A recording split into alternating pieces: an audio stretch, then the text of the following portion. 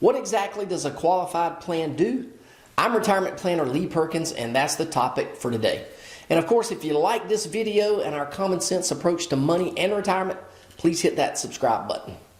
So retirement accounts are called qualified plans. So these are things like IRAs, 401ks, 403bs, a TSP, I think you get the picture. But what do qualified plans really do? Well, one of the main things that they do is they allow us to defer taxes or postpone taxes to a later date. But what you may not realize is that they also postpone the tax calculation. And there's probably a reason why the federal government never refers to them as a tax postponement plan. I don't think it really sounds as attractive when you say it that way.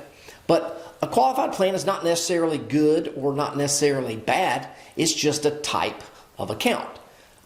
It's just a tool, but it's a tool that we use that the government sets the rules on, not us. So they give us the deductions up front, and honestly, this can really come in handy for us at times, but postponing the taxes and the tax calculation can really be pretty risky. So here's what I'm talking about. Do you think you'll be in a higher or lower tax bracket when you retire?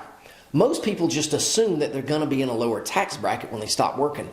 But I will tell you, in the real world, that is simply not always the case. And more nowadays, I see people retire and they wind up in the exact same tax bracket. Now, their effective rate may be a little bit less, but they're in the same bracket. So if taxes increase and they change the rate of the bracket that they're in, they could actually wind up paying more in taxes in the future. And so for most people, a majority of the people that are working today, most of the money that they save over their lifetime is in some type of a qualified plan.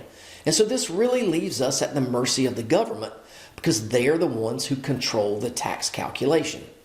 So how likely is it that they're going to raise taxes in the future? Well, for everybody that knows me, you guys know that I never try to predict the stock market. It is a losing game. But I'm pretty confident that taxes are going to increase in the future because of what history has shown us. So take a look at this chart.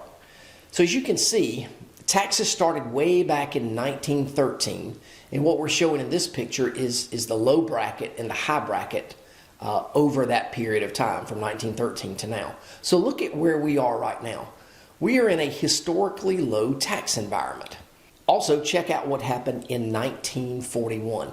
The top tax rate then was 94%.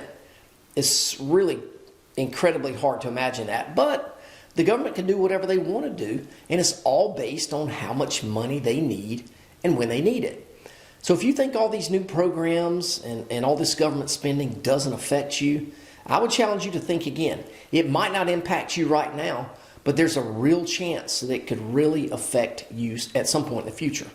So be mindful of how you're saving, and I would tell you to consider some type of tax diversification in your overall plan.